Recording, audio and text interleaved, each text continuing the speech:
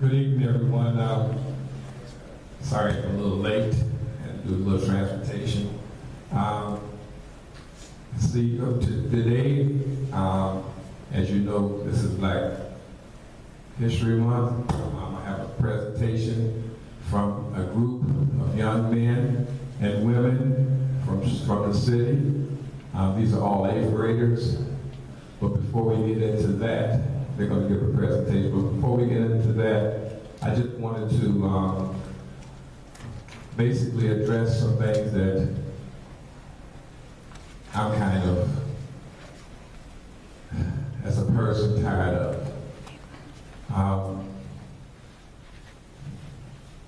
This village is near and dear to me as it is to everyone that comes out, because if you didn't care, you wouldn't be out here. Or some people do care, they just can't make it, but you have some of the people that come, some of the residents that come all the time, and they do care. Please turn the phones off. I just wanted to say, as a resident, as a person that's out here that been out here for a long time, I care immensely about this village and about people. I try my best not to badger individuals out in public, but as people that know me close, if you say something to me, I will talk to you face to face. I'm saying this because I cannot talk for someone else and no one else talks for me. I'm my own person. I'm tired of people telling me, well, did you know so-and-so said this and that? If you didn't hear me say it, write it, print it, or whatever, I had nothing to do with what someone else could do. I cannot control another human being. Have the power to control my own children, and they're all grown. So, if a person, if you feel says something, or you feel that you can't talk, or you feel that you can't do whatever because someone said something, and you think it's on my behalf, it's a lie. What I say, I'm man enough to tell you what I say. What I do, I'm man enough to let you know what I do. I cannot tell another person what to say, and I won't. So with that said, I think they're out in the hallway. I'll give them a few more minutes. Kind of proud of this young man. But right now, at this time, I would like to kind of open it up to questions, and then when they get ready, they're going to put a performance on. Does anyone have any questions we can start off with? I'm sure someone has questions. Everyone that's not coming out to the presentation. Does anyone have any village questions? Anything that you have that you want to know? Have any questions? Yes, Deb. I appreciate your opening statement, and actually I'd like to reiterate your opening statement as it applies to all of us. Excuse me, I'm sorry. Thank you. I appreciate your opening statement, and I'd like to reiterate it on behalf of everyone, not just Trustee Burgess. There are some people out there who are making it a point of passing out misinformation and misaligning a lot of the elected officials and residents. I agree, and I have stated it to several people. If you ever heard that I said something, come to me and ask me. I will be the first one to tell you whether or not it was said. If you are told that I did something, come to me. I'll be the first person to tell you whether or not I did it. And if there's any question on who's telling the truth, put the person who told you the statement and me in the same room, and I would be more than happy to go side by side with the person that makes the statements. So Trustee Burgess, I can understand your statement, and what I am going to say to that though is, a lot of us have people that we work with and around, and sometimes if we talk to the people that we work with and that work for us, we can let them know that positivity is what wins the race, and that working together is more important than bashing. And thirdly, we need to leave our families out of what we do. We run as elected officials, not our families. So I think with this election coming up very shortly, I think we all need to learn to respect each other and our families and work hard towards what's better for Sauk Village and not worrying about talking about other people on the street. But again, if you do hear something that Trustee Burgess said or did, or Debbie Williams said or did, or Mayor Hicks said or did, John Poskin and anybody else, I think it's a great idea to call that person up and say, I want to meet with you, because I know one thing, my cell phone's plastered everywhere, my door is always open. And I'm sure Trustee Burgess would agree about his too. Someone else? You said you had something to say. My name is Larry Stewart. I've been in Sauk Village a long, long time. I saw the changes. I'm disappointed in where we are. I miss a lot of things. I see to where, I will say bluntly, we're not together. I can't wait till the spring to see this raggedy ballpark we got. Have you all seen it? I'm so disappointed in that. You know, at one time, it was a pride and prestige we had. We don't have that anymore. We are divided. And what makes it so funny is, we're divided on stupid things. We're divided on monies. We're divided on color. We haven't, and yet the funny thing is, over the years, I seem to have been on one person's side or the other at a given time. And I look at it where Sauk Village, I care about all the people here. And yet, we take it to a limit to where we politically don't like each other. I think that's strange, because after this so-called election, what are we going to do? Is some people going to move? Are we going to actually speak after the election? Or can we speak to each other before the election? I got to make that my business. No, there are things I don't like about certain people. That's in my house. But I'm looking at it to where I will speak to everybody. Maybe I don't agree with what you're doing, but I will speak to you. And I hope that you all speak to me, even if you don't like me. Make that a point. Thank you.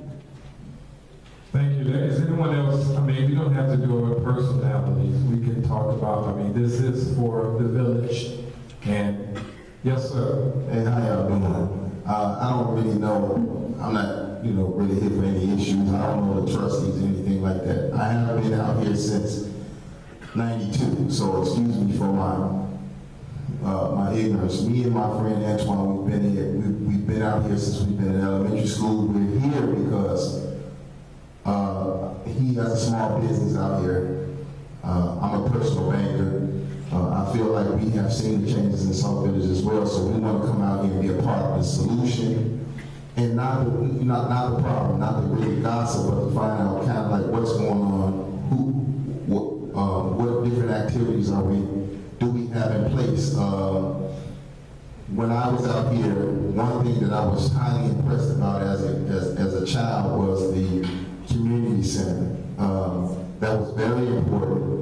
Me as a black man, and not just as a black man, was the diversity. I mean, when you went to those community centers, you saw black, white, Hispanic. I mean, and we all got along. And then I believe the associate name back then was Sandy. Sandy was very involved as far as in the volunteering. And what she did, for us was important, because the bigger issue right now is we're complaining about, hey, they're breaking in our houses, they're doing this, they're doing that, but nobody's coming up with a solution as far as who's going to get out here and talk to these kids or create activities so they'll stop wasting a lot of time huddling up saying, hey, what type of destruction or what type of activity can we get into, rather than let's get to these places like the community. There's no more community center. The barnyard that we had in front when you first come into Sauk Village, that's been torn down. So what type of activity? Antoine, we see frequently a lot of the teenagers come through his barbershop, and we try to talk to them, but at the end of the day, they'll be right back standing in front of the liquor store once they leave the barbershop, because guess what? They don't have any type of activity activities going on for them to do. So, you know, I heard there was a lady when we came in, she said, hey, we got a lot of good things going on, you guys need to get involved. The baseballs, that sounds good. I mean, the little leaguers, that was great, you know, what they did for the community and all that. But, I mean, to be honest with you, as far as African American go, there's not a lot of us that's playing baseball. You know, basketball is good. There's also, you know, different activities. We even had in high school the TAS, something called TAS, where black people in the community and other cultures or whatever you were, you can come to here and we can have certain activities, set talent shows or, you know, events where we can just, you know, they just need something to do. I don't care if it's just getting together and getting on their FaceTime and, you know, something like that. We got to create some activities for these kids instead of, you know, bickering worrying about who's going to be the next trustee. We got to, you know, if we want to do something about this community, a person that's been in this community, that's been around all type of people from, you know, I'm not a person has criminal history, but I've been around criminals. I still know criminals today. And one of the reasons why they led down that road is because nobody was getting involved with these kids, and there's been a slowly decline in the activities that we had here in Sauk Village. So today, I'm just trying to I want to understand who you guys are as far as trustees, but more so, let's come up with a solution rather than, you know, talking about each other or whatever this whole issue is. Let's come up with a solution for these kids because we need to win this city back. And that's what we're here for. I don't know about the rest of you guys, but that's what me and Antoine are here for. Thank you. Thank you so much, and I appreciate you because that's exactly what this is about. I don't know where it's going after the fact that this is about the trustees or whatever. No, this is about the community. That's why it's called town hall meeting. It's community coming together, expressing ideas with one another, saying some of the things that you just got to speaking about, brainstorming, getting together, starting programs. They start somewhere. We have a Parks and Recs director, he's a trustee, Trustee Parsons. We need to get with him. Or start something yourselves and then get with him once you started. Once you got it going, get with the Parks and Recs director. You're right, Sandy Kazi, she was here for many, many years. As a matter of fact, she was in charge of the community center where my kids came through. So she's been here for a while, but we need another Sandy Kazi. We need another person that's dedicated. And it starts here. It starts in the community with the parents, getting involved, volunteering. No one person has all the solutions, but together I think, and I know we can make this happen because you're right, that's our future. Yes.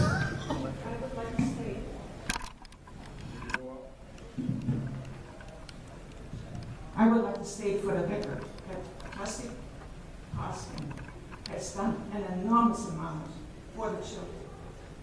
Currently, there's a basketball sign up. He's starting up the basketball, the baseball program.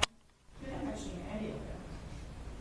He's done all the Easter hunts, the Santa. He's doing the corn and dog holes. He's doing the nights out. I'm not sure if he's doing that. We're having a craft show. Everything for the children.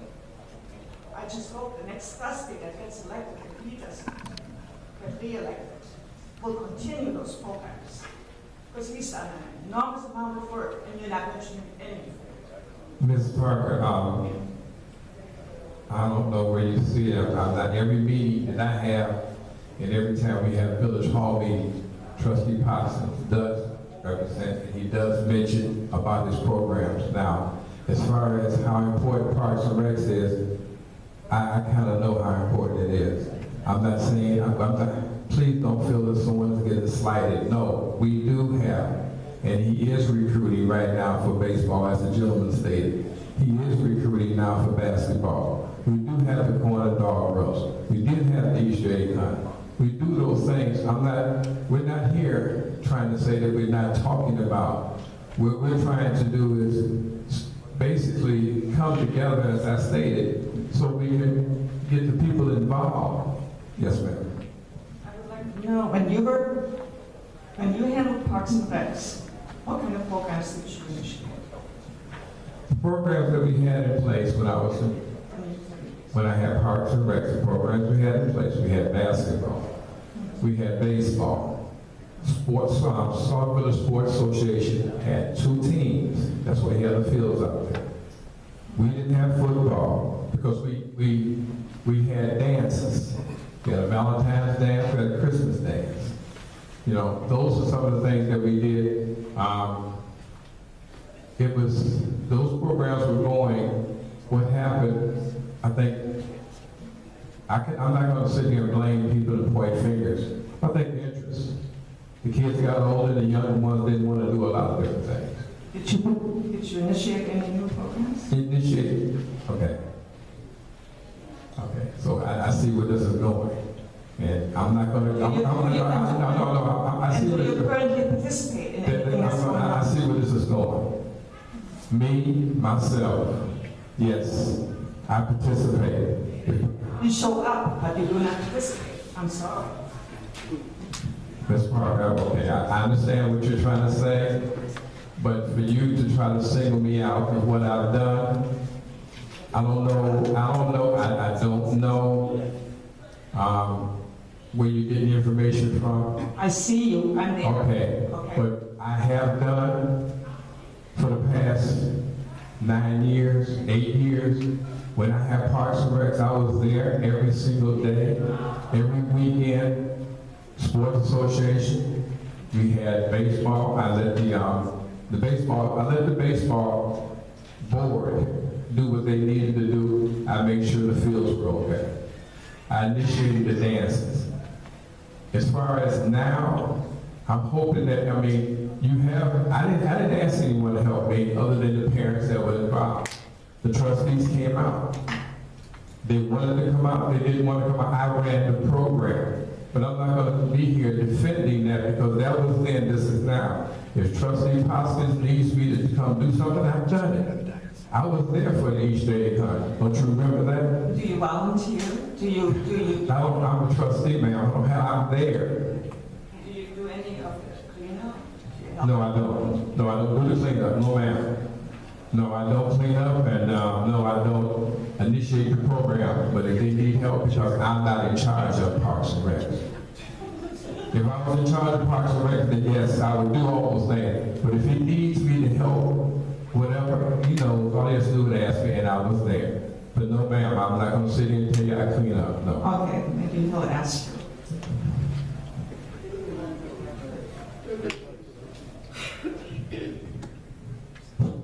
I think the biggest problem with Park and Rec is whether or not the stumbling blocks perhaps that have been put in the way.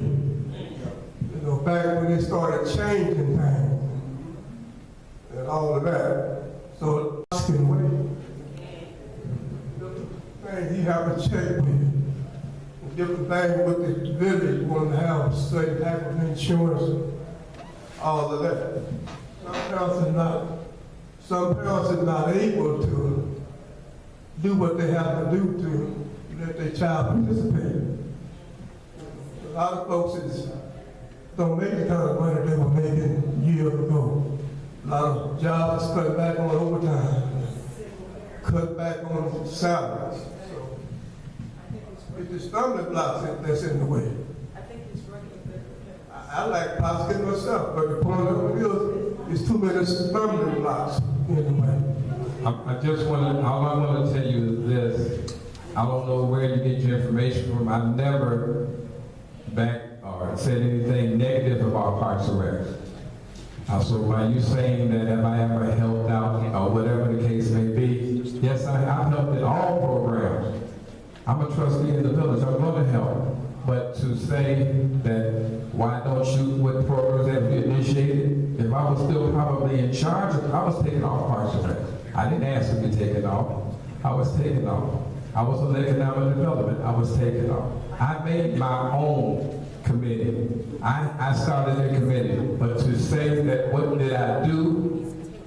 I mean, if I was in charge, in a different,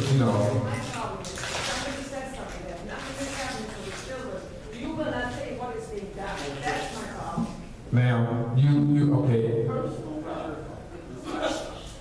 First of all, he was saying what done. He was giving his opinion. Why can't you say what is being done? Only thing I'm saying, Ms. Parker, is this. Parks and Recs has programs. They know that they have programs. We're not here, I'm not going back and forth that way, that kind of way, but Parks and Recs have programs. The Parks and Recs trustee director announces all the programs that he has each and every meeting. If people, he puts flyers out. It's on the website. It's out there. But for me, I mean, I don't have to say, okay, well, this is going, I was going to say that as we go on, because I do that every town hall. Okay, I'm not, okay, that's okay. I mean, Ms. Bernadine, I called you out on this, it's the very same thing. And I would have got you in learned by now. okay, after the meeting, I see this, we're not going to, Ms. Parker, I've known you too long, we're not getting personal. So, and that's, we're not going to do that. I said it before that Parks and Recs has programs. The gentleman was asking about other things. He even said that all kids don't play baseball. And that's all I was addressing. Well, I'm not going to, if you have a problem with me, I understand. That's no problem, but we're not going to go back and forth. Yes, ma'am. The presentation, I think they're ready. Are they ready? Are they ready? They're not, okay. Go ahead. Well, first off, I would like to know why residents are required to pay to use village facilities, and also how can the senior building be more universally utilized? You know what I'm saying? Not just for seniors. We have seniors, we have teens, we have a number of ages here. So a facility like that, you could have a little dance party for the children. I'm about solutions. I'm not interested in problems that are in the past or where I need solutions. And utilizing that would be one way to do that. You could do crafts in there. You could do a lot of things in there. Okay, first of all, you said, why do residents pay to use facilities? Yes. Okay, if you're a resident now, and correct me if I'm wrong, you leave a deposit for cleaning. That's in case you use the facility and you turn it back and it's messed up, you have a deposit. Also, if you're a resident, there's an hourly fee. That was something that was enacted back when I was in charge of Parks and Recs. But is that something that can be discontinued? Because as a resident, you're paying twice. You're paying your taxes to help maintain the facility, and then you have to pay again to utilize it. When do we benefit from our tax dollars? Okay, well, that's a good question. You need to come into the meetings and ask, that's an ordinance. You can ask to have an ordinance amended. That you pay, a resident doesn't pay anything to use the facility. There's going to be an argument on both ways, but that's a good question, because you could bring that up. As far as the senior center, it's for the seniors. I think they rent it out too. So if you need to rent that out, I'm sure you can go to the senior center, the senior committee and petition to rent out the senior citizen center. Yes, next. Yes, Jack. I think part of the problem is if you do not have volunteers to run these programs, you're not going to have the programs. You have got to have the people coming out and helping you start them. We can give as many solutions as we want to give. If we don't have somebody to run them, you don't have anything. So let's stop putting blame. Let's stop saying this one did that, this one didn't do this. Get up and volunteer for a program. Thank you. Thank you. Someone pass the mic over. You don't have one.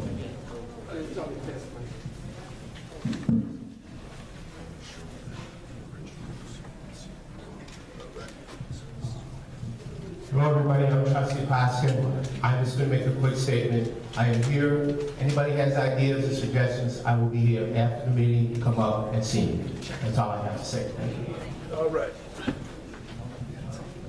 Thank you, Trustee, because that's what I was trying to be hesitant of letting him say anything. As you know, Ms. Parker, we have trustees here. We're not going to discuss business in open meeting because this is not what this is for. But after the meeting, if anyone would like to talk to the trustee, he just introduced himself. If anyone would like to volunteer for some of the programs that he has, he's right there. He introduced himself. Does anyone, who's next before I bring him on? Bring the, no one? Oh, okay. Last night at the board meeting, cost initiative came up, and there was an idea on the cost initiative. And it wasn't until later that I gave some thought to it, and I have a lot of questions, and I know they can't be answered here, but it's some food for thought for everybody else. The village belongs to the Mayors and Managers Association. Along with that fee a year is a lobbyist. So we are having a lobbyist through the Mayors and Managers Association. The lobbyist that the village has hired is an additional lobbyist. He's #1 in the state, and I'm not judging what he does because I honestly don't know what he does. What I'm saying is he's #1 in the state, from the north to the south, from the east to the west in Illinois. He's got a whole slew of municipalities that he's representing. Therefore, how much time is he giving to Sauk Village alone versus the mayors and managers lobbyists? We're spending a lot of money for this lobbyist when we already have one. The mayor said that 30% of the money that we get, 30% of our budget is money we get from the state, and that the new governor was having budget meetings and he was going to go to Springfield to see what was going on. My question is, if we got a lobbyist, why does he need to go? Why the gas money, the hotel money, or whatever amount of money that is being spent? Now we're spending money for two people, the lobbyist and the mayor. Secondly, before I got here, I got word that the governor is talking about cutting our 30% by 50%. This would mean that the budget, the new budget, they're going to have to come up with an additional $500,000. So I understand what people are talking about, parks and recs and what have you, and I agree with what Jackie said about volunteers and everything. There's a lot of people talking, a lot of people yesteryear. I was there yesteryear. Today's today. The volunteers aren't what they used to be. And you're not going to get any program going without volunteers. So, a thought as to cost initiative, if anybody's got any ideas on how the village can save some money, we're in big trouble. That's it. In all fairness, are you covering? Yeah. Okay. We're just about to come in and have a seat. Okay, thank you. In all fairness, is in regards to what the governor is going to cut and how much a percentage remains to be seen, but it is going to be cut. You got to understand something. Governor Rauner is a businessman. He was never a politician. And business people want to see, they don't play with numbers. They do exact. So they don't do anticipated funds. Business people, if we don't have it, we don't do it. So he's coming and cutting a lot of the fat, and that's what business people do. They don't get rich by spending money and don't know where it's going. In regards to, what was your other question? What was the other one? You said something about. No, that was that part. On cost initiative, we're working on that, as you can see in the meetings. Trustees came up with some ideas and things like that, but the real cost initiative is taxpayers' dollars, and ways in other words, we can't. The budget has to be, and I'm sure the mayor has made that statement. The budget has to be bare bones. When I say bare bones, I mean Whatever we have is what we can spend. And that's the only way we can do it. A lot of things will probably be cut this year. There's going to be a lot of people that's going to be unhappy, but they're going to have to be presented. A lot of villages, it's not just Sauk Village, a lot of villages are not getting this money. Make no mistake, he's cutting it statewide. So if you don't have reserves or anything like that, you're going to have to deal with what you have. And unfortunately, when you don't have taxpayer money, services are cut, and everyone knows what your services are and what they represent. So, I hate to say it, but this is going to be one of those years that no one is going to be popular, whoever's left in office, because you can't bite the bullet anymore. We can't live on anticipation and hope that we get this and that. Real facts, because he's taking real money. Is anyone, they're about ready? Yeah, go ahead. Do we have any kind of grant writers in place to help with the action? You said, did everyone get that question? Do we have any grant writers in place? No, we haven't hired any grant writers. Your other question was South Suburbs Mayors and Managers. About the lobbyists, and that was your other question? Okay. Yes, they do have a lobbyist. The organization does. That's why way back when Charles was in mayor, I asked him to put Sauk Village, because at one time we weren't part of South Suburbs Mayors and Managers because we have to pay our dues. And as you know, if you don't pay your dues, you're not part of an organization. So I asked him to, let's get back in, let's allot some money so we can be part of South Suburbs Mayors and Managers. That's how we became part of South Suburbs Mayors and Managers. So yes, they do have their lobbyists. Just like any other lobbyists. They work for the people that are paying them. That's what they do. They go out and they talk to the representatives. They go out and they find out from what programs they have things in hand. They have shovel-ready programs that are given to them by the municipalities, and they go out in court with different representatives. So that's something that they do. As far as us getting our own,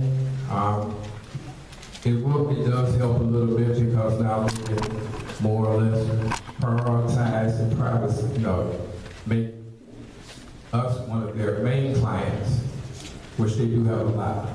It's one of the leading firms in the state, lobbyist firms, is what we have growing. But you get what you pay for. Just like anything in life, you get what you pay for. So we can hold the question. I want to get these young men and young women back home. I asked this young man, he came to me back in September and said he had a group of young men and young women, and most of these young men and women are 8th graders in the city of Chicago. And he said he was putting together a presentation for Black History Month, and asked me back in September, could he come out and do a presentation here in the village? I said, sure, would love to see it. Would love for people to experience it. Even though we have one in the school, I want them to come to the village hall. We need to be diversified, let everyone come in and experience. He's done a great job with them. It's amazing just to see that. And me myself, I feel kind of special.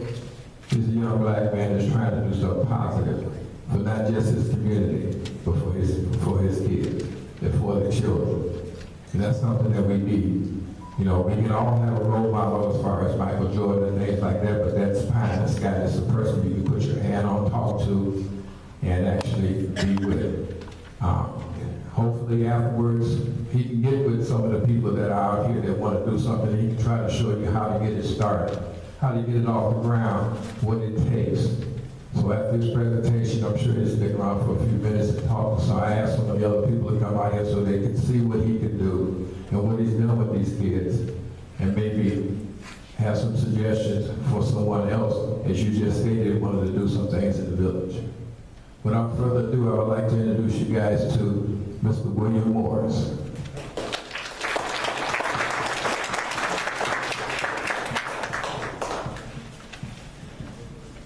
Thanks, Mr. B. I appreciate it. Good evening. Good evening. How's everyone doing this evening? My name is William Morris. I teach poetry, drama, and African American history in Chicago Public Schools. My students right here are students from Anna R. Langford Community Academy, which is located on 6010 South Troop, where Dr. Lenise Gardner is the principal.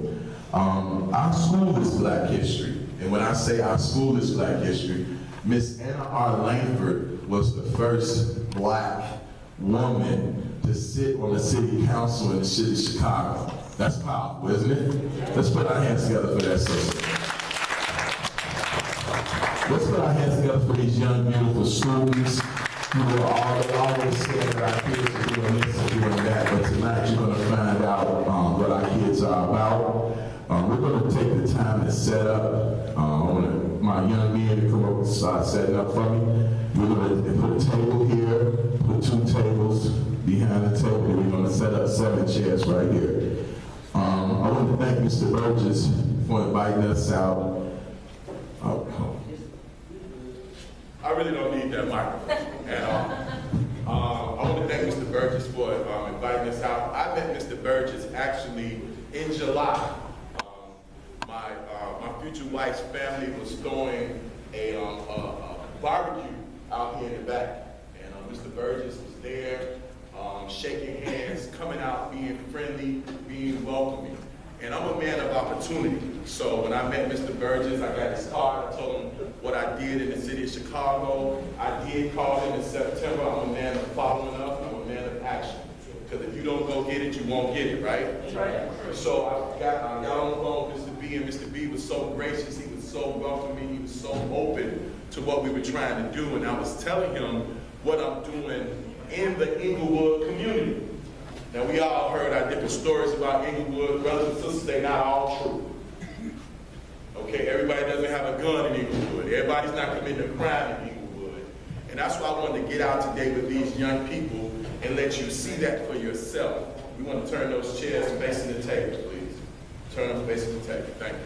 So what we did was we put a presentation together called Did You Know? Everybody say, did you know? Did you know? Did you know? Did you know? We put this presentation together because when it comes to Black History Month, my students complain, we always hear the same thing, Martin Luther King, and over and over and over again. Well, what we want to do is, you can't say Black history without saying Dr. King. God bless Dr. King, man who sacrificed his life for all of us. But this evening, we wanted to inform you about individuals you might not be familiar with, like James Meredith. James Meredith is a brother who marched 200. And he told leaders from organizations, he said, look, you're not complete that march. I'm going to finish this march. And June 26th, after resting in the hospital, he completed that march. And he had a huge number of people with him. You're going to learn about that tonight. You're going to learn about the first African American who was licensed to practice law in this country. That's Megan Diallo. What we wanted to do tonight was to come, teach, inform you, and also we're going to share some poetry with you. Okay? Now please be gracious with my students. They're a little nervous, they're a little shaky, they're a little quaky. But we're going to speak loud, we're going to speak proud, and we're going to take our time, and we're going to put on a good show. No more than 10 minutes, 10, 15 minutes at the most. We're going to get in, we're going to get out. All right? Thank you so much.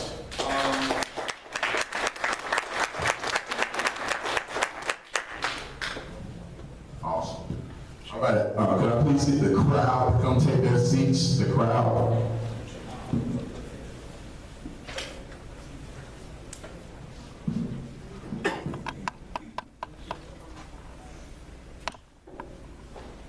Could I please have the newscasters to come up here?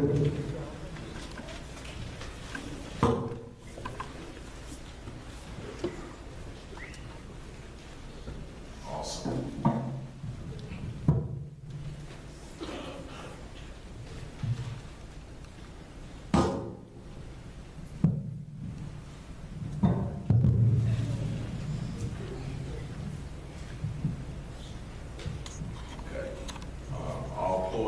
You'll get this mic from me, okay?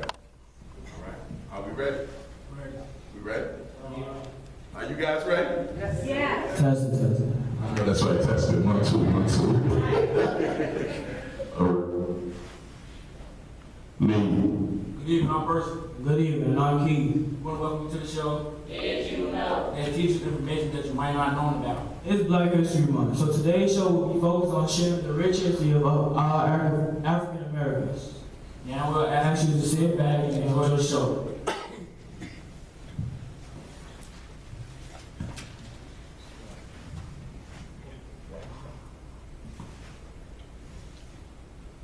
My name is Trayvon. I'm age 14 and my grade is 8. The name of my poem is Gunshots. Gunshots, gunshots, you hear them all through the night. Gunshots, gunshots, you hear them through the community. The community where people live, where the children play. How can someone shoot a gun where the children play? Today's the day we say no more gunshots, gunshots.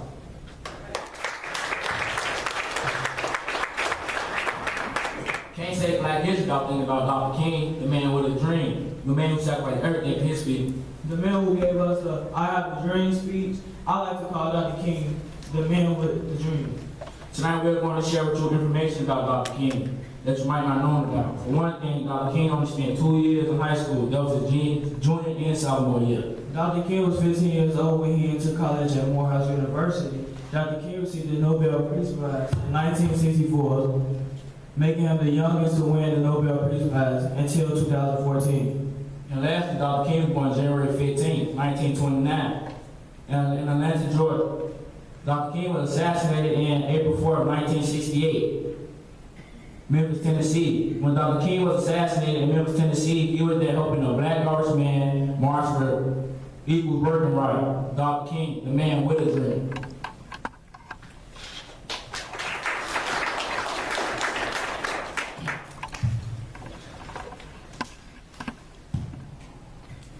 Good evening, my name is Sade Harmon and I am in 8th grade. My poem is called 1%. Me and myself and I am beautiful and smart. My beauty makes people look at me different. My facial expressions make some ask me why. They think I'm being mean when truly I'm just shy. Growing up in the community, considered dead by the majority, they say making it out will only be done by the minority. If 99 fell out of 100, I would be the one. My community is more than gunshots and police lights. My community is full of beauty, success, and the ability to achieve, full of youth that believe. You're looking at Inglewood, a community full of people who can and who will. You're looking at Inglewood, a young lady with a future so bright that I no longer frown. I smile more than I cry. My future is up to me. All I have to do is try.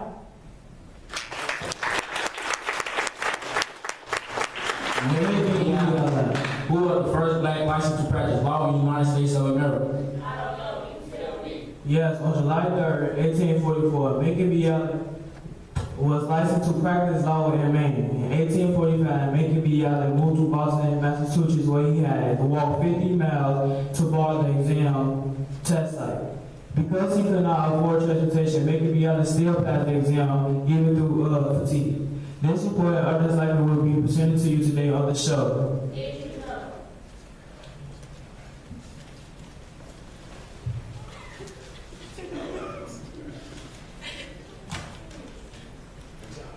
Good evening, my name is Jada Lewis and the name of my poem is called I Am Me. I am me, myself, and I, the person who was born July 28, 2001, the one who has a great personality. I am me, the person who has feelings but is too afraid to share, the person who has 5 other siblings and has a beautiful smile with a dimple on my cheek.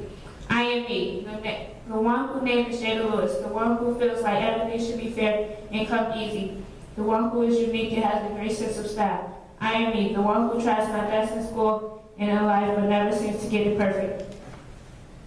The one who struggles in certain subjects but still has passing grades. I am me, the one who has been raised by my mom, the one whose father died when I was young, the one who is not trusted by her mom. I am me, the one who is suspected of always trying to be sneaky, but who is just naturally quiet and doesn't like expressing herself. The one who just wrote a poem to express herself. Now who are you? Because I am me.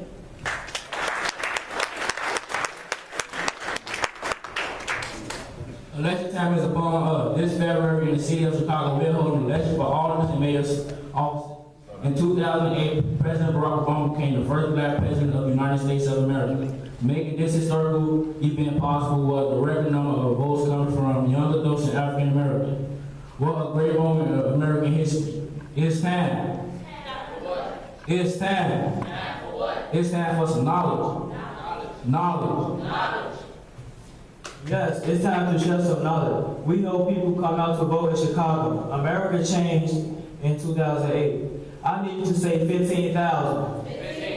15,000. His name was James Meredith, an Air Force veteran and the first African American admitted to the University of Mississippi. In 1966, James Meredith planned a solo 220-mile march from Memphis, Tennessee to Jackson, Mississippi. The second day, he was shot by a gunman.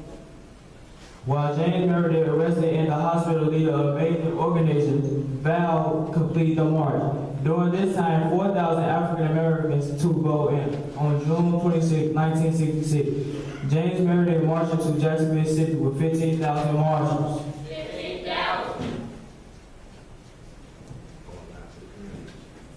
Going live to community where we have Maya reporting live. How you doing, Maya? I'm doing great. Reporting live for Inglewood, where 22 schools are on the list of being closed and people are protesting.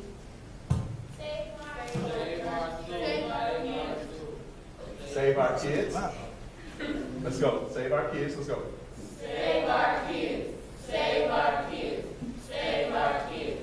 Save our kids. Ma'am, how do you feel about the school? How do you go to school? I'm so mad I could stick my foot so far. Mama. How you gonna close our church school? Where our children gonna go? Save our kids. Save our kids. Save our kids. Save our kids. They don't care about our children. Those so powerful people, so powerful that they have forgotten about the people. Those politicians who beg you for your vote, saying how they gonna do this and that, but what they doing, closing our church school. I would say right here, right now, they go right in front of me so I could stick my foot. Stop calling my name. Okay, reporting back to Keith.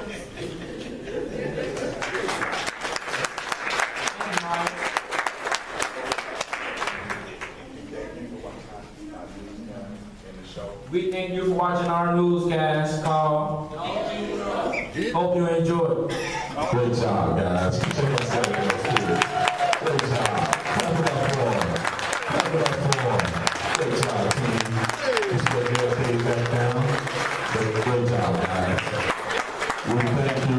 We're humble. We thank you so much. Great job, Maya, Shaquita. Keith, fellas, let's break the stuff back down right quick. I want to say thank you again to Mr. D, to the audience. You were gracious, you were pleasant. We thank you so much. And we look forward to performing for you once again. Thank you for your time.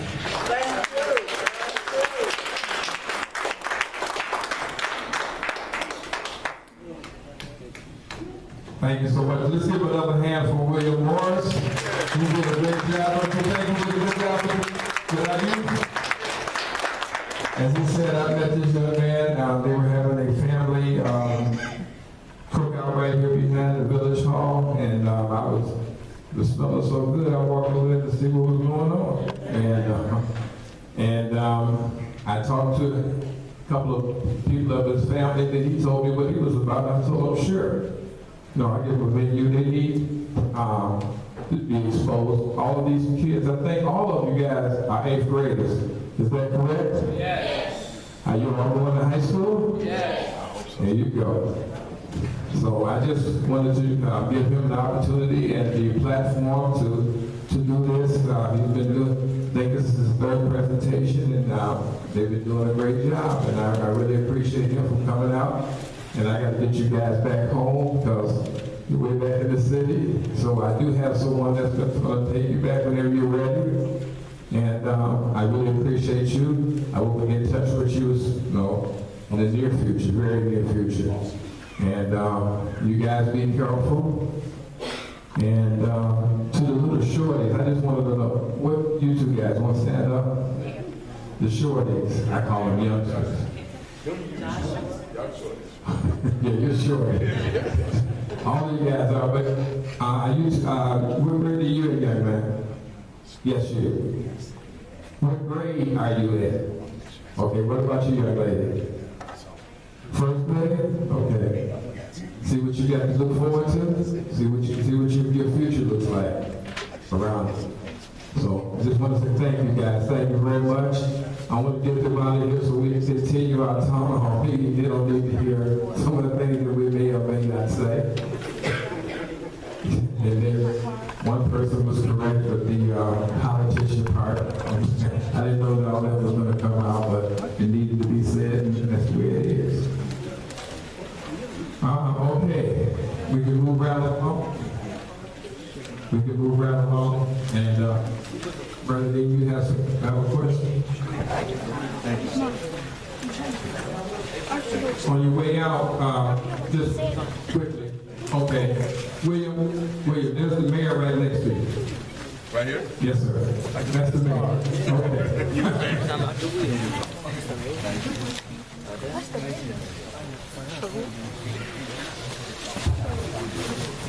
And again, welcome to our village, Sauk Village. Keep that in mind. It may be way out there, but we appreciate you guys coming out. Okay, Brother Nick. Actually, I wrote it down. Well, just for the record, I volunteer, I participate, and I donate. But it's a little difficult to be more involved if only a chosen few are aware of various activities. Now, when substantial costs are involved, those type of things, everybody seems to know about. But the little things like the Easter, the Easter basket hunt or whatever, I frankly found out about that afterwards. I think it was another thing they had at Culver's or something. I found out again about if you just state that I think if you live in Sauk Village, there's some kind of discount or something, not that's given to you, but that's given to Sauk Village. A lot of people don't know about that. Again, there's a lot of things that only the chosen few know about. So you might get more participation, you might get more help, you might get a lot of things if you just quit picking through just among your friends. Now all due fairness, the Easter egg hunt and the all the activities done by Parks and Recs are put out in the e-blast. Now, the newsletter that comes out once every other month, so you're right, that may be a bad way. Also, it's also stated in each and every meeting that we have. The Parks and Recs trustee Possum does bring it out. I'm trying to see how I can say this. I mean, if you quite actually if you ever heard of it, then I can't tell you that what to do if you didn't hear about it. But everything that comes out for the Parks and Recs is mentioned at the meetings. That's 4 meetings a month. Right now, it's 4 meetings a month. But it's okay. The Easter egg hunt was part of Parks and Recs along with the plan. Now, when the plan puts things out, quite actually, they have to go on e-blast. They're not part of, and someone has to be here to actually make that announcement during the meetings when things like that happen. I'm sorry you feel it's a select few. You may, it may be that, I'm not going to say it. Either way, I don't know. I know I knew about it, but then again, me knowing about it, you knowing about it is 2 different things. So, you're absolutely right. Yeah. The Culver's thing, are you talking about for the P.L.A.N officer? Okay, because we did a fundraiser for the P.L.A.N officer. That was myself and the P.L.A.N officer that put that on. It was a last minute thing. So we just tried to pass it out to as many people as we could. We are doing another fundraiser that Mr. Frederickson will, Officer Frederickson will talk about when he gets here. Part of that, I don't know what else can be done. Debbie puts it out on e-blast. There's posters out. It's on the marquee. I don't know what else we can do. But the Easter egg hunt, the planning reports in conjunction with Parks and Recs, we also assist at Christmas time. But it as much as can be out there is put out there. But a lot of people don't get it out. You watch right now. I just wanted to make a statement. The gentleman that was talking earlier, the one that's sitting next to him, the guy sitting next to him, he's kind of modest. I don't know why he wants to be modest, but he's a business owner out here in the village. And he came to me and asked me, he wants to do some things out here for our youth, get them engaged. What can he do? There's more to it, like the other gentleman told us, more to it than basketball, baseball. He wants to enrich their minds. He wants to have activities that will challenge them.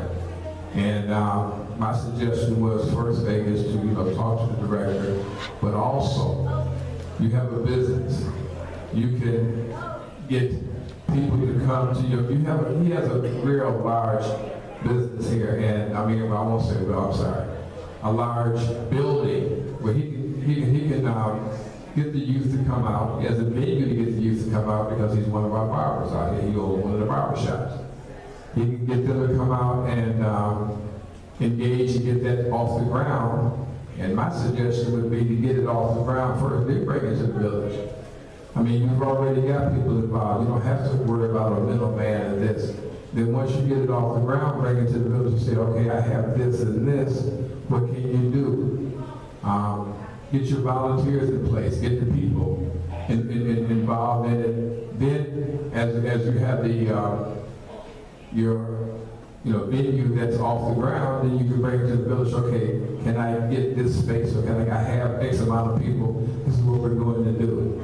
Because he really, really wants to help the youth out here, and rightfully so. They need help. We need something to do out here other than just the cliche sports, basketball, baseball, and things like that. There's other things that need to be done, and he's one of the people that came to me and asked me about that. So I don't want to suppress that. I want to encourage that and get that going, because it's a need for it out here. And if you see that we don't have certain things, you can get it started, then we can piggyback and bring it to the village, and bring it to the Parks and Recs, to use their building or whatever. But if you're doing it at your business, then you do it. People may come to your business more so coming to the village because they may feel that, whatever, I don't know.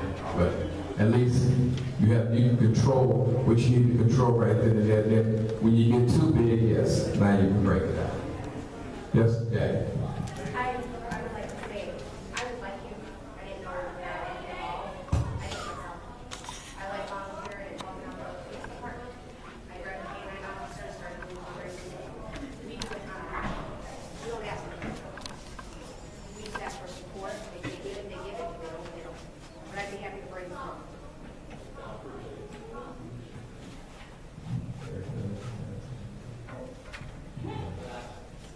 I know that. I just wanted to add too, we have done some stuff already in the shop. We've had 2 talent shows already in the shop. And the reason why we're here is because it attracted a buzz. When we had the talent show, we had some of the teenagers that standing down at the liquor store trying to get somebody to buy them some alcohol, coming to see what's going on. Right now, there's a need there's resources here. When I walked in here, we got stuff. You got stuff that you can read. People that's educated, people that know get down and let's go to the community center. But there's a lot of people that's not like that. And it's over. The problem with that is that we can't say we're not gonna worry about them, because those are the main people that the problems are happening from. You know, the shop is such an important ground because we get so many ages in groups. And like I say, I see some of these individuals that were murdered over these past year or two. I saw them there in the shop. They weren't bad young men, but they were people that didn't have anything going on. They didn't have nothing going on. So I'm not saying there's nothing wrong with the that's all great, because like I say, when I came out here, that was the type of stuff that I needed. I got out of school, I ran up to the community center. Hey man, let's go play basketball. That's what we did. We've been friends for years. That's what we did. Let's go to the community center. If the money's not there, that's fine. We'll create something. You know, but what we need more so is the trustees, you know, the people that we don't know. And like I said, excuse me for my ignorance, but also come out like Burgess did. When he came out, guess what, we're here. And not just because he's African American, because we're not racist. You know, we're very, I've been in your shop, and you guys have helped us when we tried to get the football going. Yeah, I don't care. Glad to help. We just want to know what can we do to help. Now we can also take responsibility too. That's why we come here to a meeting and we say, I told everyone, let's be more dedicated to get out here and see what's going on also.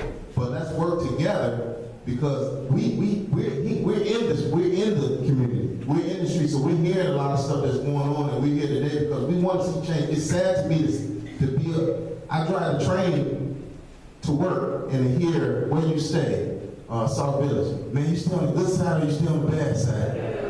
To hear that it's at that point from when I first moved out here and what the town that I fell in love with. Like I say, Sandy, those people that you can, you know, I don't remember everybody's name, but I remember her because she was so raw. She was so raw with it, you know.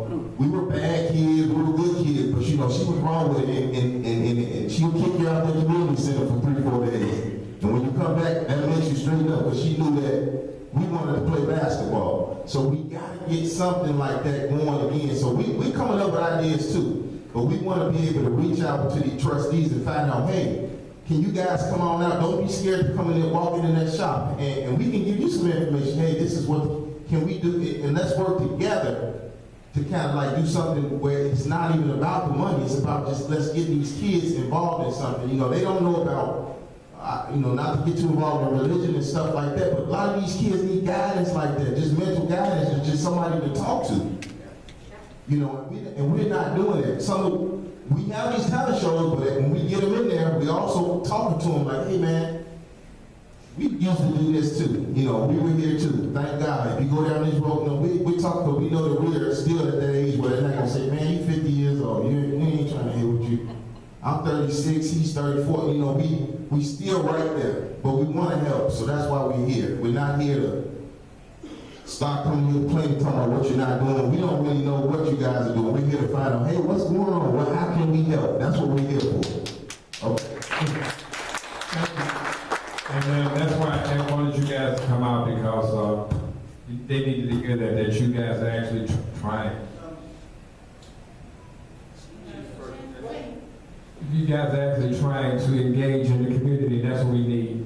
You two young men, I mean, I know this young man here, the owner, he has ties with people that can kind of help out. But they're looking for something to latch on to. And we need it out here. We need to help our own, and that's why I'm glad.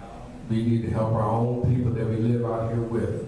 And that's one of the things that people are looking for, young men to get involved with the young youth that's out here.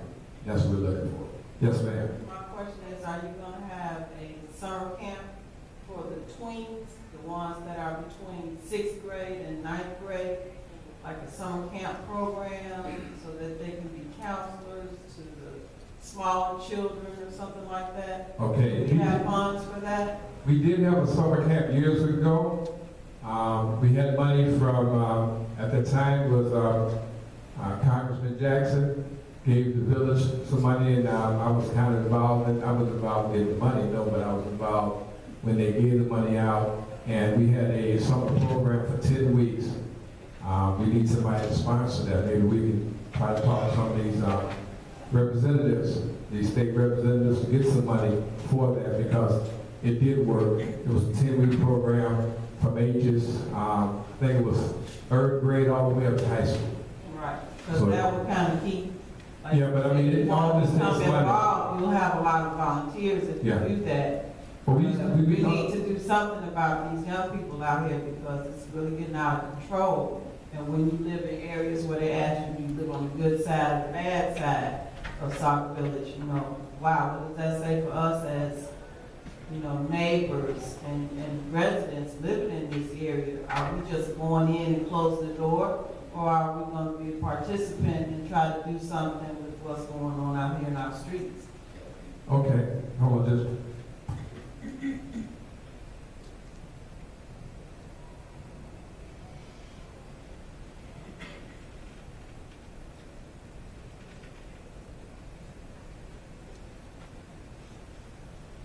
Sorry about that. I was trying to do some logistics with the kids. No, we do have, we had programs, but the program you're talking about, absolutely. We do need more volunteers. That's what I was trying to talk to Antoine and try to make, if we can get volunteers. If we can get volunteers. We need sponsorships. We need sponsorships because some of the things that we some do. of these big companies that are around here, like they just built that warehouse, industrial area over there where Bear Paint, all Yeah. those places are. Can we get some I sponsors mean, from there where all the big money is? We can, well, just because they're big doesn't mean that they're going to open their Some pockets of up. these people that had these warehouses in these areas and hire some of these young kids in apprenticeship program. And that's another, and I'm glad you brought that up because that's another thing that we're trying to look into. But as far as people are reluctant to get involved or to invest in programs that are not already going. I mean, if you're talking about bringing a program starting from the ground up, they're not too apt to go ahead and say, okay, here's some money for that. They're going to give you some money for Yeah, something but they're that's part of our village. They're not. I know, but you can't, what you gonna make them pay? They're not. You can't. 411 area. I mean, you can, yes, they are, and we do have a lot of industrial We have a parks. responsibility, even if we don't have, because I don't have teenagers. Yeah. But I mentioned young kids on my block, you know, so I'm like one here on my block. If I see you doing something, I'm gonna call you on it, you know. No, But but the what I'm business is saying right. is that you all are the politicians, and it's a reflection on you when you can't get a handle on things that's going on in our village. And this is a continuous year after year after year. And you said, well, it was a summer camp program years ago. Yes. Okay, well now Jesse Jackson Jr. is in jail. Right. So the money that y'all had back then is gone. So Yes. why can't we raise some more money Well, from some of these big companies that just opened in our area? As I stated, I mean, we knock on the doors, we ask them to. It's their money. I mean, we tell them, we show them. Only thing I'm doing is giving you my interpretation. If you have a program that's already in place, that's been going on for X amount of time, they're more apt to invest into that than they will a program that you just now starting. That's just like right now, we don't have a baseball program in the village. It's going to be hard to start one. Why? Because all the other surrounding villages have one, and they're ongoing, and they've been going on for a while. So we have to make our program something unique in order for them to stop here. Because if you're going to go to another, you're at another village that's been tried and true. I've been living in the village long enough. I live down the street from the baseball park. Okay. And I remember when Yes, we did. there were little league games Yes, we on a was. regular basis. And that's what I said. You know, I said that, but I'm sure everybody's it's scattered. hard, just like it is to get the football team for the young kids. I'm sure it would be hard to get baseball. Well, I mean, no, okay. The program, we don't have a program right now. To start the program up, it's going to cost. My question was, are there funds available No, right for now, those things? right now, there's no funds available for those type of, that's why they have to pay fees. That's why they have to pay fees, so they can have startup costs. There's no money in the village for that at this particular moment to start up a baseball team. Sorry to say that, but there isn't. Well, it's not that. It is what it is. I mentioned that, Ms. Parker. I said, yes, I did. Yes, I did. I mentioned it. He has said it. He said it several times. He's saying there's no program. No, he said there's no Exactly. It's her turn. He said there's no program. Anyway, I did mention that there are baseball signups, and I did mention that the trustee for Parks and Rec mentions it at every single meeting about the baseball and basketball signups and about the activities that are going on. I mentioned that at least 3 times tonight. Well, I say they don't want to talk. But anyway, I'm not trying to cause a debate, but if you say it's mentioned in no, I'm not mentioning it. I'm just saying that it's going to be, it's hard when you start something from the ground level. Yes, we do. This flies out. Yes. It flies all out. No, it's out there. It's just that it's hard to start a new entity that's been dormant for years. That's all I'm saying. It's hard to start it up. That's all I'm saying. Who, Larry? Yeah. Oh my gosh. Sauk Village. I love Sauk Village. I love you all people, whether you all love me or not, because I worked with you all in one phase or another. All of you. We might not be on the same page today, but we were on the same page. I applaud you two gentlemen. My nephew, Cortez Stewart, worked with Parks and Rec. He came in under Sandy, as you all two did. Those were great days. We retired Sandy. She got where I am. I'm old. But we need the volunteers that's been spoken of. If you think back, if you've been here a while, everybody has worked with each other at a given time. No, I don't see us all on the same page today. But see, for the better of Sauk Village, we need to be there. At a different time, I wasn't even with Mr. Burgess. I was going against him. But now, he's fighting for what you all, I really applaud the people he brought it. They weren't Sauk Village people. But he brought them in. They were here for other reasons. We've had a lot of things change over the years. People have had it to where we've had circuses, carnivals, we had parades, and everybody came together. Now I see it so far apart it's unreal. I see our trustees struggling with Parks and Recs. I can't help it. I'm too old. I'm struggling with a senior thing very few people come to. And then it's considered the minority. You know, these things are out of order. We're not doing that but just sharing conversation and pushing a few checker pieces around. We have to come together. I've supported our mayor. Maybe I'm not for different things as he's with now. But guess what? I believed in him because point blank, I remember when he raised my heart level to another level. I see, you know, I see these guys, I remember them 15 years ago. I remember that. Oh my gosh, I remember. Now look at it. Success story. Have we got failures? Yes. Have we let it go? Yes. You know, I see it in my own family. Do I need help with them? Yes. Is anybody stepping up? No. You know, and here it is, we got the trustees, we've got meet and greets for the mayors, but these are self-serving. This here, I see something to where we need this here. Like these kids came, we need it to where are our kids? Where are they? You know, we've got trustees on our school board. I don't make all the meetings, I try to make a lot of things. Because we gotta come together. Maybe you'll strike on something I go, yeah, maybe I don't like you as much as I like them. See, but we don't have that. We've got it to where I'm running for this, like me for that. And this is what I see. I've been on organizations that kick me to the curb, hurt me to my heart.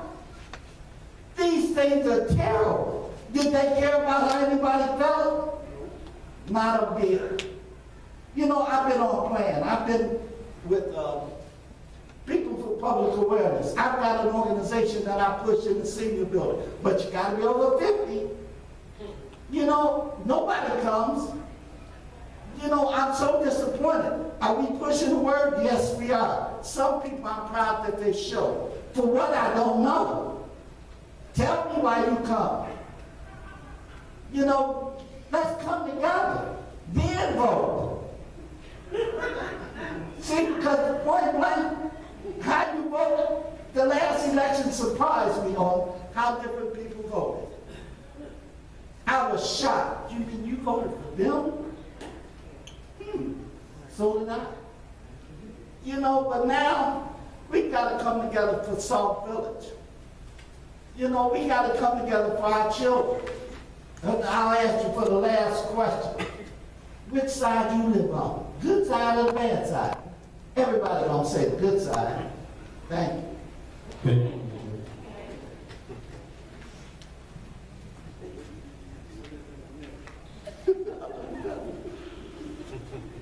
Okay, for the last time, last time I didn't say who I was, so I apologize for that.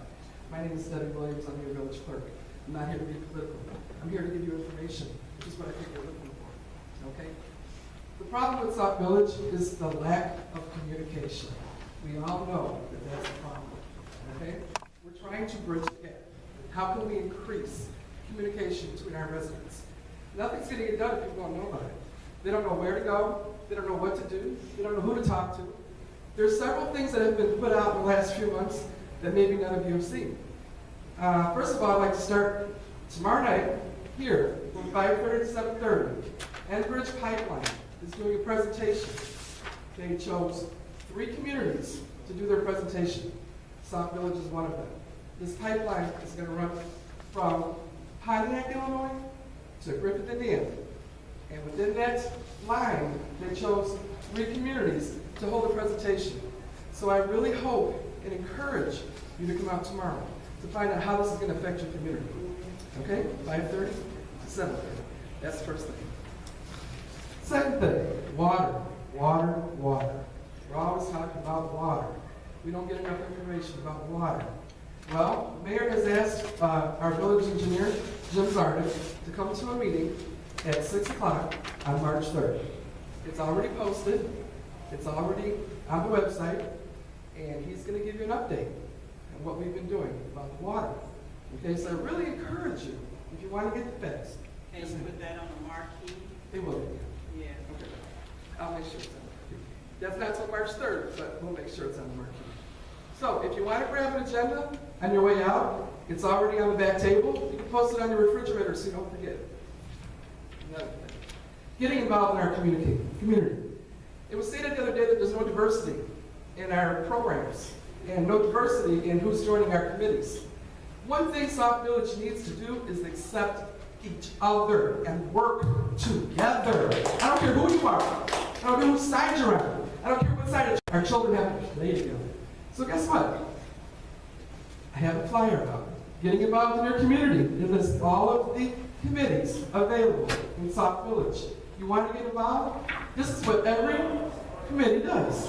And this is who runs that program. Let's get involved in your community. Next. Bridging the gap. Last month's Sauk Talk. Bridging the gap. Are you aware that we have Sauk Village email alerts? That you can get an alert when there's a school closing, a road closing, when there's an event, when there's something like this water presentation, when there's a special meeting. And if you're not aware of it, it's great to know. Good information. www.saukvillage.org. Enroll now. I would love to see you guys enroll in email alerts. Because one thing that bothers me more than anything is when people say, I didn't know that event happened. We gave out food baskets in Christmas time. We gave out presents. Every child in this room left with a present. Every family left with a food basket and a $25 gift card. Why did we have more families? Why did we have more kids? Because they didn't know about it. We can only do so much. Put it on the marquee, put it in the Sauk Talk, post it in the hallway. We put words on the Sauk Village email alerts. People, get involved in your community. Find out where the information is being disseminated from. Part of this bridging the gap is to tell me other ways that you think We communicate with you. Oh, sure, they're sending you a mail, which the village can't afford to do. We don't have the money for the postage, I'm just going to be honest with you. But everybody's got some phone. Just about everybody. You know, you're going to get an email alert in 2 seconds. The minute I hit send, it goes to your phone. How important is that? So we need to work together as a community. All this talking about each other, bashing each other, it does not solve anything. We still have the same problems 5 minutes later. So let's work together. So finally, I was sitting there watching the news tonight, and I was watching just how bitter cold it was. I was thinking about my daughter who just took a trip to New York, and I kept saying, Lord, please don't let her car break down. Because I know she doesn't have the right shoes on, she doesn't have the right coat on, she doesn't have the right scarf on, because she doesn't dress for the weather. And then I started thinking about the schools are closed tomorrow because it's cold. You know the reason why, I know not Sauk Village, we have a school board member to say, no, in Chicago they are, in Harvey they are, in Stager they are. So I started thinking, you know how many kids walk to school every day without boots, without coats, without scarves, without hats? Let's put the rest of this stuff to the side. Tomorrow at 10 o'clock, there's going to be a box outside the village hall, right here where your paper water goes. You got an extra coat at home? You got an extra pair of boots? If it's gently used, if it's new, put it in that box. Okay? It's going to be in that box. Saturday from 11 to 4. I'm going to get an e-blast out. Okay?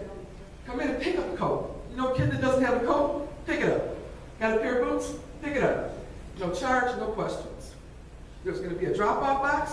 There's going to be a pickup box. And Tuesday nights when they come to the meetings, they'll be out there. I need some volunteers for that. Who wants to help me? I can put the box out there, but who's going to help me run? Thank you, Jackie. Who's going to help me run this program?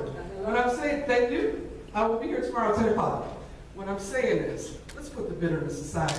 Let's put the bashing aside. Because Sauk Village, we're better than that.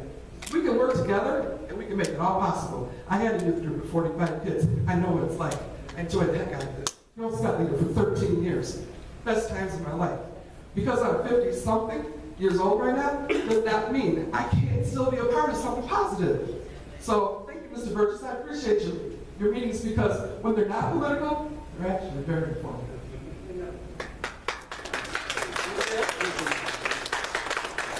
First of all, Madam Clerk, my meetings are never political. None of my meetings I ever mentioned anything about. I didn't say you did, I said No, the other. you said when they're not political. They're never political. I just want to say in closing, first of all, I want to tell everyone. I need the mic. Where's the mic? There's one right here. Mr. Frederickson cannot make it, he's on a call. They're doing a spaghetti dinner. You selling tickets? Yeah.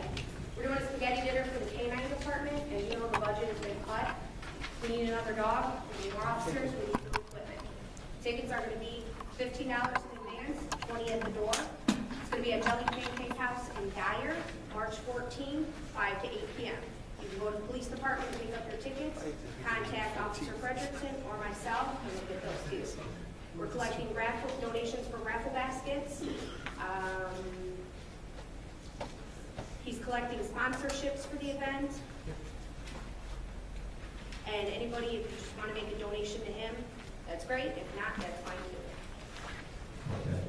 too. Last but not least, I know we're just going to be talking about a lot of different activities that are going on in the near future. They're also going to have candidates forums. I don't have the exact dates, but I'm sure they're going to be posted. The first one is this Saturday. That's this Saturday. And it's going to, all the debates will be, that I'm aware of, are going to be for the village trustees and also for the school board members. So come out. I think there's maybe some literature in the back there for that. But I do want to say something that I think is long overdue. This is from Derek. This is not from anyone else. My right hand, left hand, who everybody thinks I'm speaking for, speaks for me or whatever. This is me. I got involved here in this building for this reason that I'm here tonight. To make sure and to try to make a difference, because I saw there was something lacking in this building way back in 2005 when I first read. It hasn't happened yet that, you know, we all come together, because when I first moved out here in 1982, you everyone hear that? 1982 is when I moved out here. This village was divided then. I got pulled over just because. But it did, as time went on, it got a little better. And in 1997, it got pretty decent. You know, because my neighbors, when I moved in, I had to call the police. Because they were calling me all kind of names and throwing rocks and everything like that, but things have changed. And like I said, in 1997, it was pretty decent. We talked to one another. But here in the last 4 or 5 years, I'm ashamed. This is my personal. I'm ashamed because we still are looking at the wrong thing. We all live out here together. Your next door neighbor, and you can't think you're better than or you don't want to talk to, because guess what? There's no atheists in foxholes. So if you figure that, I don't need to talk to this person, if something happens to you, that's when you come out. Because it happens in our community, it happens all over. I don't see what's going on, but when it happens to them, you see. We're in this together, people. This is Sauk Village. You moved out here for a reason. Seems like in years past, we forgot about the reason you moved out here. You moved out here so you thought it was a diverse. I'm going to say it again. You thought this was a diverse community. Because you could have went to a segregated community. Each and every one of us could have done that. But you did that because you wanted your children to grow up in a diverse community where all people were treated the same. And that's what this is all about. The Sauk Village at that time had that happen. I don't know where we failed. And I say we because I'm involved in it too, because I'm out here. And if I don't try to change it, then it's on me.